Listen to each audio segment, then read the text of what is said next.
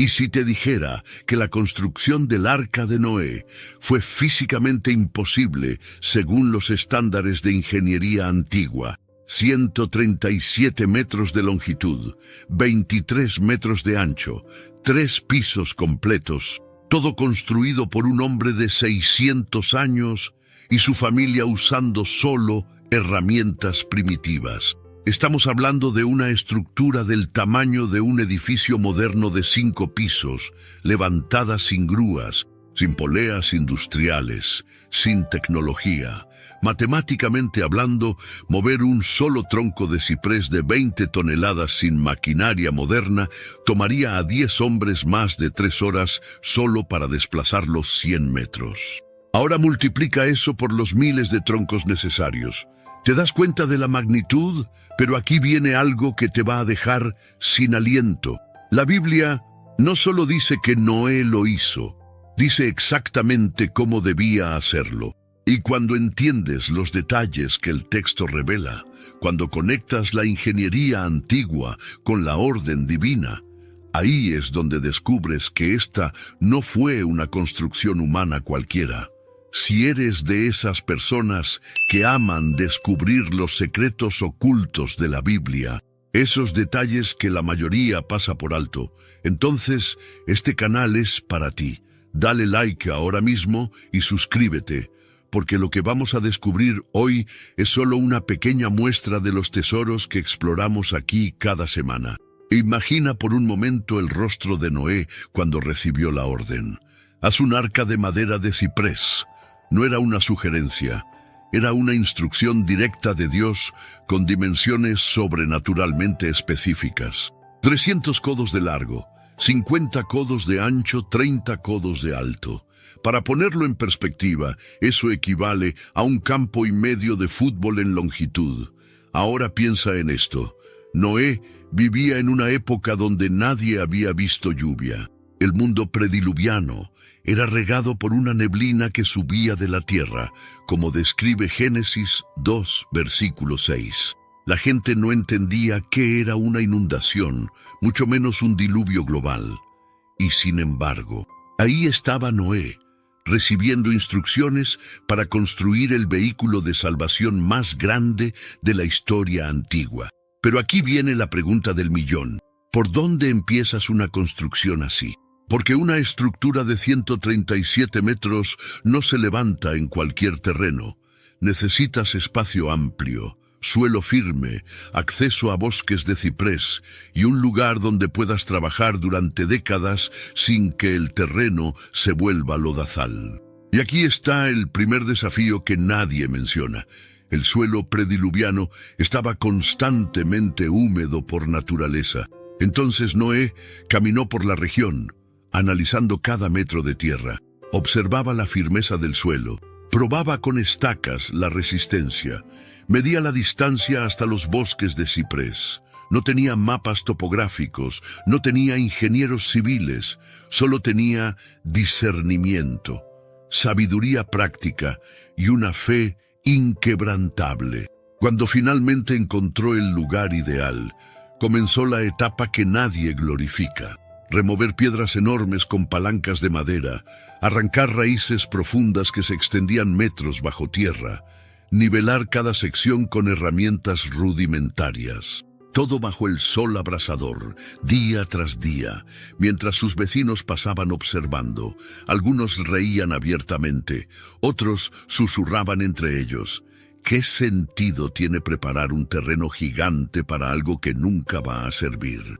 Pero Noé no respondía a las burlas, no porque fuera orgulloso, sino porque estaba construyendo, obedeciendo una voz que ellos no podían escuchar. Y mientras compactaba el suelo, mientras creaba pequeños canales de drenaje alrededor del perímetro para desviar la humedad natural de la tierra, algo extraordinario estaba sucediendo. No estaba simplemente preparando un cantero de obras, estaba estableciendo los cimientos de la salvación de toda la vida en la tierra.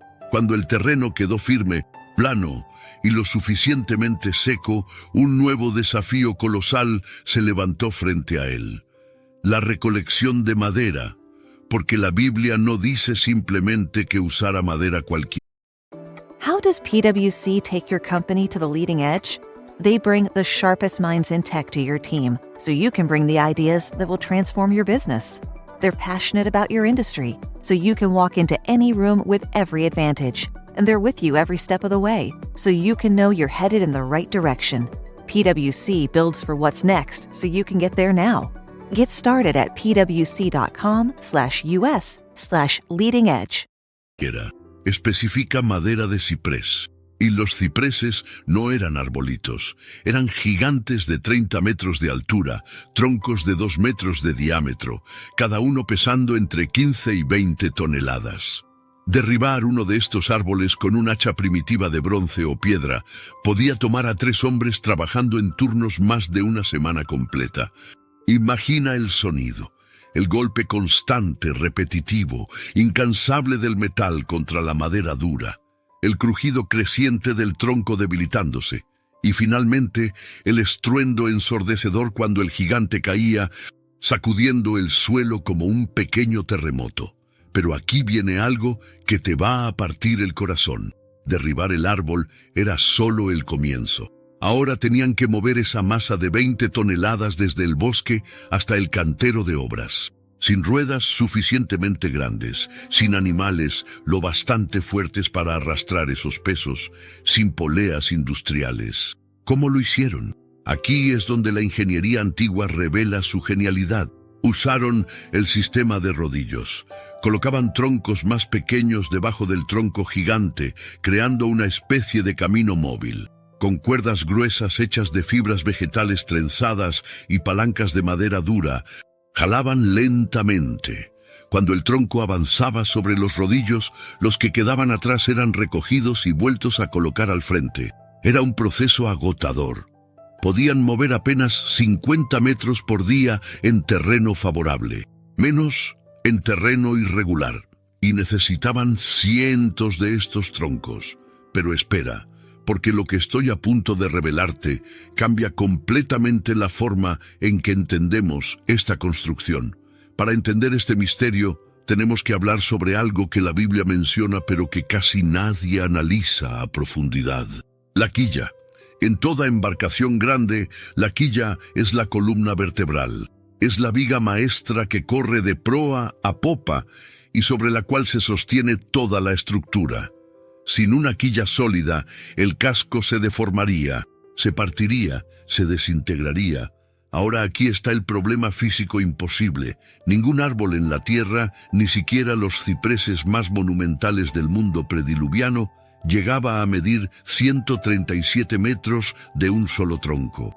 Eso significa que Noé necesitaba unir múltiples vigas gigantes en una línea perfectamente recta, creando una quilla continua que soportara toneladas de presión desde arriba y las fuerzas brutales del agua desde abajo. Pero aquí viene la revelación que pocos entienden.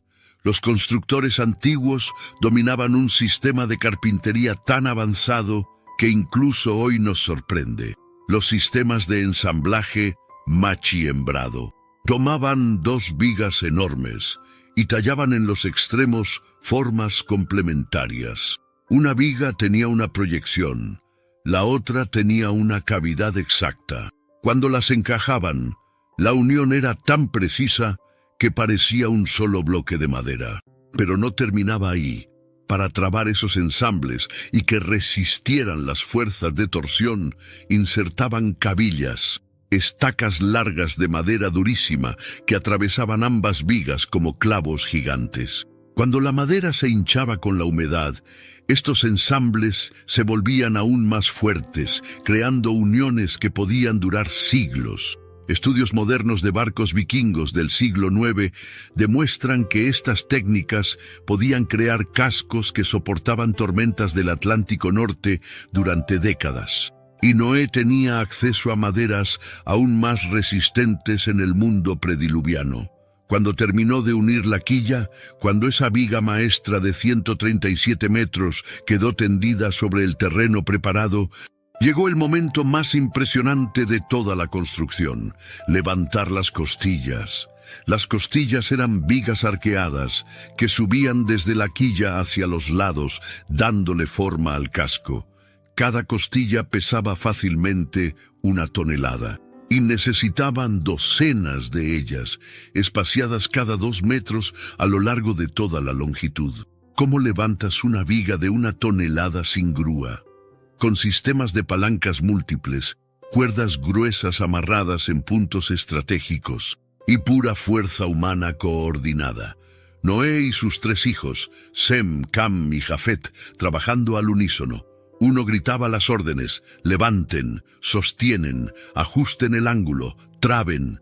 Cada costilla tomaba horas de trabajo agotador solo para posicionarla correctamente. Y si una sola quedaba mal alineada, toda la estructura perdería equilibrio. Por eso, probablemente usaban cuerdas tensadas de punta a punta como líneas de referencia.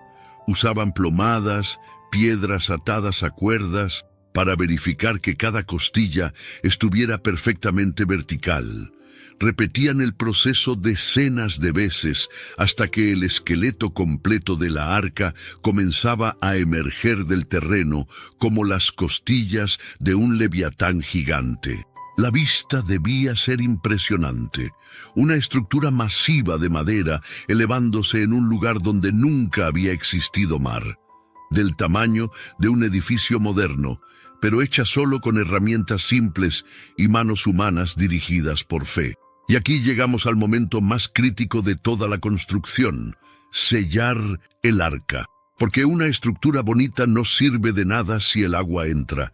Y Dios fue específico sobre esto: calafatearás la arca por dentro y por fuera con brea. La palabra hebrea usada es kofer, que literalmente significa cobertura, expiación. El mismo término usado para describir el sacrificio que cubre el pecado. ¿Te das cuenta del simbolismo? La brea no era pintura decorativa, era resina derivada de árboles, que debía ser extraída, hervida, espesada hasta obtener una consistencia pegajosa y densa. Cuando se aplicaba caliente sobre la madera, se infiltraba en cada grieta microscópica, en cada unión entre tablas, en cada pequeña fisura. Al enfriarse, se endurecía formando una capa impermeable tan resistente que podía durar décadas. Pero aquí está el detalle que te va a dejar sin aliento. Dios ordenó aplicarla por dentro y por fuera. ¿Por qué por dentro? Porque la madera, con el tiempo, absorbe humedad desde ambos lados. Si solo sellas el exterior, el interior puede pudrirse lentamente. Noé y su familia pasaron semanas, quizás meses, cubriendo meticulosamente cada centímetro cuadrado de esa estructura colosal. Por fuera, evitando que el agua del diluvio penetrara. Por dentro, protegiendo contra la humedad producida por los cientos de animales respirando, los desechos orgánicos, el vapor. Cada capa necesitaba secar completamente antes de aplicar la siguiente. Y cualquier falla, cualquier sección mal cubierta podría comprometer todo el proyecto.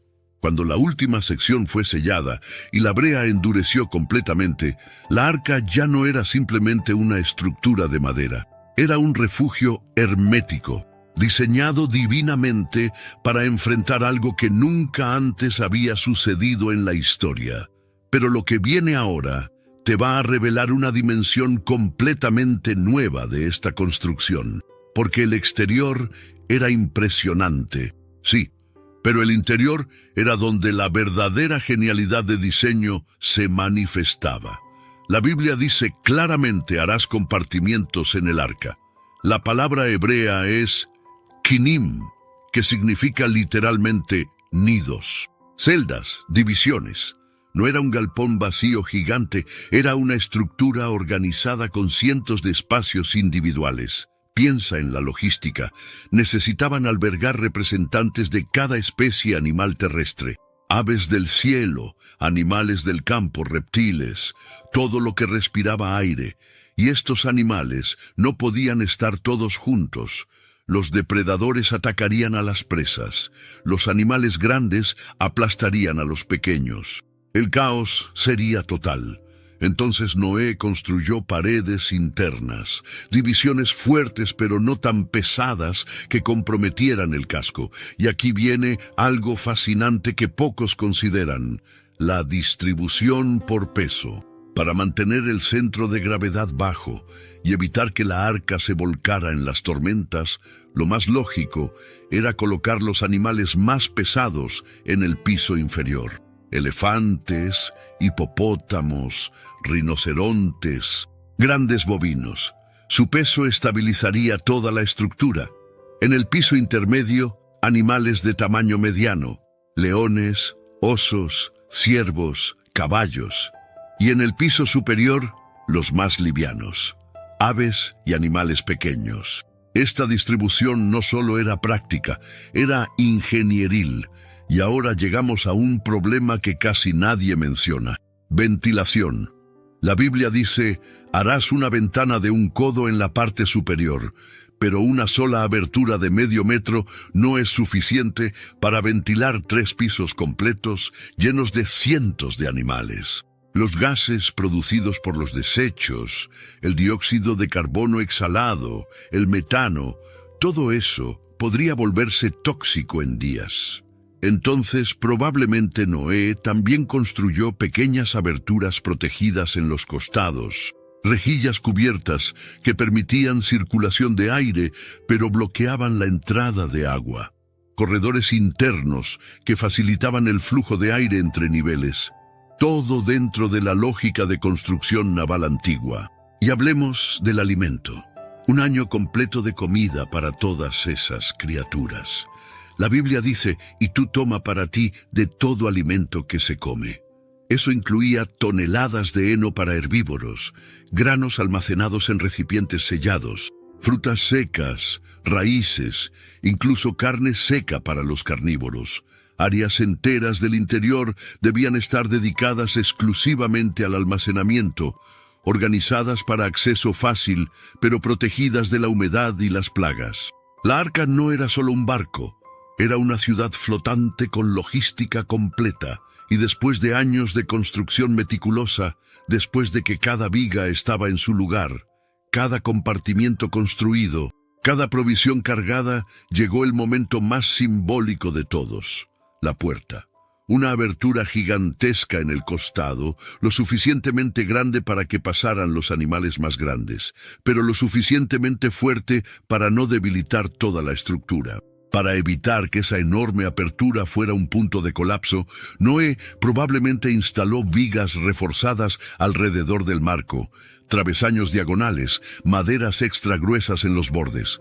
Todo calculado para mantener la integridad. Y la puerta misma probablemente funcionaba con un sistema de pivote, un gran eje vertical que permitía que girara. No tenían bisagras metálicas modernas, pero los sistemas de pivote habían sido usados durante siglos en construcciones antiguas y eran extremadamente efectivos. Pero aquí está el detalle teológico más profundo de toda esta historia. La Biblia dice: y el Señor cerró la puerta. Génesis 7, versículo 16. Noé construyó, pero Dios selló. El hombre hizo su parte con fidelidad absoluta, y Dios hizo lo que solo Él podía hacer: proteger sobrenaturalmente. Y entonces sucedió algo que desafía toda lógica natural. Los animales vinieron, no fueron capturados, no fueron cazados, no fueron arreados. Vinieron como si una mano invisible los guiara, pares de cada especie caminando tranquilamente hacia la entrada, aves volando en formación, reptiles arrastrándose en la dirección exacta, depredadores caminando pacíficamente junto a sus presas naturales. Sin caos, sin confusión, sin ataques. Era la prueba visible de que esto no era solo un proyecto de ingeniería humana. Era un acto divino manifestándose ante los ojos de la familia de Noé. Y cuando todos entraron, animales, aves, reptiles, y luego Noé, su esposa, sus 3 hijos y sus 3 nueras, 8 personas en total, la puerta fue cerrada, no por manos humanas, por Dios mismo. Al final, la historia del arca de Noé no es solo sobre carpintería o ingeniería antigua. Es sobre algo mucho más profundo. Es sobre un hombre que escuchó una voz cuando nadie más la escuchaba, que construyó cuando todos se burlaban, que perseveró durante décadas cuando lo lógico era rendirse. Y Noé no construyó confiando en su habilidad, construyó confiando en la fidelidad de quien le habló. ¿Cuántas veces te ha tocado hacer algo que nadie entiende? ¿Cuántas veces has sentido que estás construyendo solo mientras otros critican? ¿Cuántas veces has querido abandonar porque el proyecto parece imposible? Piensa en esto. Noé no vio lluvia hasta que terminó. No vio evidencia del diluvio hasta el día que comenzó. Construyó 120 años en fe pura, sin garantías visibles, sin pruebas tangibles, solo la palabra de Dios y la determinación de obedecerla.